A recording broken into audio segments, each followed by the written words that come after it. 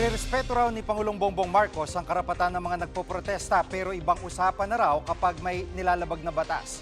Live mula sa Malacanang, nangungun sa balita si News 5 Palace Correspondent Maricela Lili. Maricel, anong direktiba ni PBBM kaugnay nitong INC rally? Jiggy, malinaw ang utos ni Pangulong Bongbong Marcos patungkol nga dito sa surprise rally na nangyari dyan sa EDSA. Una, ang sabi ng Pangulo, dapat magpatupad ang mga pulis ng maximum tolerance. At ikalawa, sana daw maibalik agad sa normal sa lalong madaling panahon ang sitwasyon. Sabi ni Palace Press Officer Claire Castro, malinaw naman na iginagalang ni Pangulong Bongbong Marcos ang freedom of expression at freedom to assembly dahil karapatan naman yan ng bawat mamamayan. Pero ibang usapan na raw kapag may kaakibat na pang-aabuso ang isang rally. So tinanong natin ano ba yung pang-aabuso na nakikita dito ng Malacanang. Well, ang sinasabi naman daw kasi ay masasabing pang-aabuso kung nakakaapekto na ito doon sa ibang tao na wala namang kinalaman dito sa kilos protesta. Nariyan daw yung mga estudyante at mga manggagawa na papasok sa kanilang mga eskwelahan at mga tanggapan pero naabala dahil dito sa kilos protesta. Nariyan daw yung mga pasyente na sakay-sakay pa ng ambulansya pero hindi agad makatawid dahil nga dito sa kilos protesta. Pero sana raw ang panawagan ng Malacanang dito nga sa mga nagkikilos protesta ay nakipag-coordinate muna sa mga pulis dahil ito naman yung nakasaad sa batas. Kung ang panawagan daw ay sumunod sa batas, sana raw maging sila ay sumunod din sa batas. Pakinggan natin yung bahagi ng pahayag ni Undersecretary Claire Castro.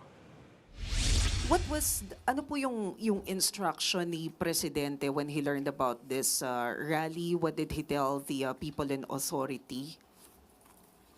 Ganun pa rin. Maximum tolerance ang dapat na ipairal at makinig lang kung ano ang kanilang sasabihin, pero kung may lumalabag sa batas ay dapat din ipatupad ang batas. Ano pong pang-aabuso yung tinutukoy natin dito, ma'am? Maaari nating masabi kung may pang-aabuso kung nakakaapekto na sila ng ibang tao. Karapatan din naman lahat natin na galangin din ang karapatan ng bawat isa.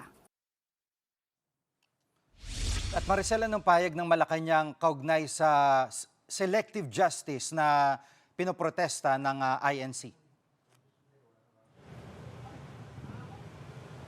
Jiggy, itinanggi ng Malacanang na meron silang pinapatupad na selective justice. Dahil kapag daw sinabing selective justice, ito daw ay pag-impluensya para daw maprotektahan yung kanilang mga kaalyado o kakampi. Wala raw nangyayaring ganito. Dahil malinaw naman daw yung naging hakbang ni Pangulong Bongbong Marcos ay paimbestigahan yung sinasabing flood control projects anomaly. At makikita nga daw na isa doon sa mga napunterya sa mga kasong ito at sa isyong ito ay si dating Senador Bong Revilla na dati rin namang kaalyado ni Pangulong Bongbong Marcos. At malinaw din naman daw na ito daw kay Senador Rodante Marcoleta, kung siya raw ay naaakusahan man, meron din naman daw susundin na due process. At kapag nasundan din naman daw ang due process na ito, meron din naman daw siyang proteksyon bilang isang Pilipino. Ang sinasabi nga ni Undersecretary Claire Castro, ito namang kinukwestiyon kaya Senador Marcoleta na 75 million pesos nanggaling na rin naman daw mismo sa bibig ng senador yung issue at pag-amin tungkol sa donasyon na ito. Nakita lamang daw kasi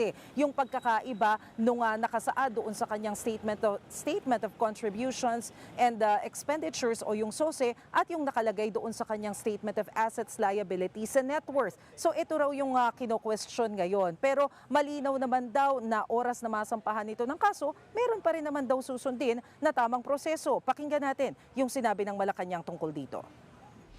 Ang sinabi ng Pangulo, kahit anong kulay nyo, kamag-anak, kaibigan, kapag kayo po ay may ebidensyang laban sa inyo, sa korte nyo na lamang po ito ipaliwanag or depensahan. Masasabi po siguro nating selective justice kung gagamit ng impluensya, karahasan, pananakot, para lang hindi makasuhan ang isang kaalyado. Yun po ang selective justice. Nakikita ba ng Pangulo na banta sa kanyang administrasyon itong INC rally? Well, alam mo, Jiggy, na tiyempo. Itong rally na ginagawa dyan sa EDSA sa ika-4 na anibersaryo ni Pangulong Bongbong Marcos dito sa Malacanang. Na timing pa yung kilos protesta na yan. At kasabay nga ng rally na yan, kapansin-pansin yung paghihigpit din ng seguridad dito sa palasyo. Kanina, pagdating natin dito sa palasyo, kaninang umaga, napansin natin na isang gate lamang yung nakabukas dito at yung ibang gate ay talagang bantay sarado na rin ng mga pulis. Kaya tinanong natin sa Malacanang kung naka-heightened alert nga ba ang Presidential Security Command. Pero ang tugon kasi dyan ng palasyo, ito naman daw ay mga normal na hakbang. Patuloy daw na minomonitor ng PSC yung mga pangyayari dyan sa kilos protesta. Pero yung ginawa raw na paghihigpit ng seguridad dito sa Malacanang ay bahagi rin naman daw ng mga hakbang to ensure din yung protection ng mga tao dito sa loob. Kaya ginagawa naman daw yan kada may kilos protesta. Pero ang sabi ng Malacanang, walang nakikitang anumang direct threat ang Pangulo kasunod nga nitong kilos protesta. Kung meron man daw naghahayag ng kanilang mga saloobin, interes na rin naman daw yun ng iilan lamang. Naritong sinabi ng Malacanang tungkol dyan. Does Malacanang see this as a threat, ma'am? Wala pong nakikitang threat dahil alam naman po ng Pangulo na ang kanyang ginagawa ay para sa taong bayan. So kung meron lang po siguro mga ibang interes o interes ng ibang grupo, interes ng ilang tao, hindi po siya dapat na maging hadlang sa pagpapatupad ng Pangulo at ng administrasyon ito ng batas. Maricel, sa isang payag sinabi ni VP Sara na ginagamit ng Administrasyong Marcos ang justice system para patahimikin yung kanyang mga kritiko. Ano ang sagot dito na Malacanang?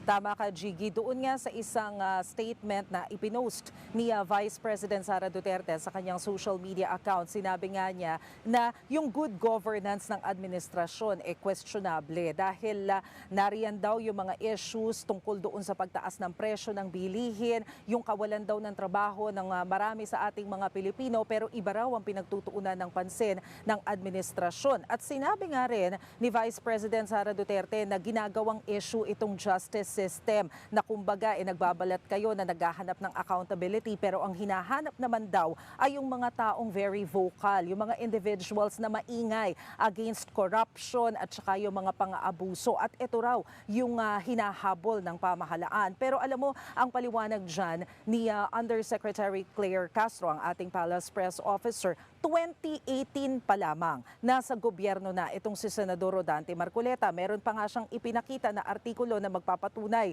nitong mga sinasabi niya. Pero ano raw ba ang nagawa ng nasabing senador para tugunan itong issue ng katiwalian sa pamahalaan? Sabi ni Jose Castro, malinaw naman na ang nag-umpisa ng investigasyon patungkol dito sa flood control project anomalies ay ang Pangulong Bongbong Marcos. At wala pa raw isang taon mula nang nabanggit nga ito ng Pangulo sa kanyang pinakahuling State of the Nation address, meron na rin naman daw mga ilang individual na nasampahan ng kaso, kabilang na nga dyan ng dating kaalyado ni Pangulong Bongbong Marcos na si Senador Bong Revilla. Kaya malinaw din naman daw na kumikilos ang pamahalaan ukol dito. Jiggy.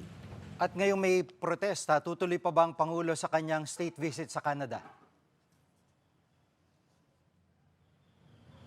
O nga, Jiggy, kanina kasing umaga, kinansela ni Pangulong Bongbong Marcos yung kanyang mga activities. Supposedly, kaninang alas 9 ng umaga, pangungunahan niya yung launching ng programa dyan sa may Manila Bay, pero hindi na siya dumalo dyan. Kinansela niya rin yung supposedly press briefing sa harap ng Foreign Correspondents Association of the Philippines o yung FOCAP kung saan nakatakda sana siyang sumagot ng iba't ibang issue. Pero kinansela niya rin yan dahil ang paliwanag ng Malacanang kailangang i-monitor ni Pangulong Marcos kung ano yung mga nagiging development dyan sa kilos protesta sa EDSA. Kaya ang tanong natin kanina, tutuloy ba si Pangulong Marcos dyan sa kanyang official visit sa Canada? Dahil bukas na ang kanyang lipad papunta nga ng Vancouver. Pero ngayong hapon, kinumpirma ni Communications Secretary Dave Gomez na tutuloy si Pangulong Bongbong Marcos sa kanyang biyahe sa Canada at dito nga niya isasagawa yung kanyang mga agenda. Alam naman natin na marami ring mga Pinoy na nakatira dyan at paiigtingin daw nila yung bilateral relations sa pagitan ng Pilipinas at ng Canada. So far, status quo, tuloy ang Pangulo sa Canada. Yan muna ang latest. Balik sa iyo, Jiggy. Yan ang ulat ni Maricel Alili live mula sa Malacanang. Mga kapatid, Jiggy Manikad po. Pagdating sa mahalagang balita sa loob at labas ng bansa, dapat una sa lahat, mag-follow at mag-subscribe na sa social media pages ng News 5.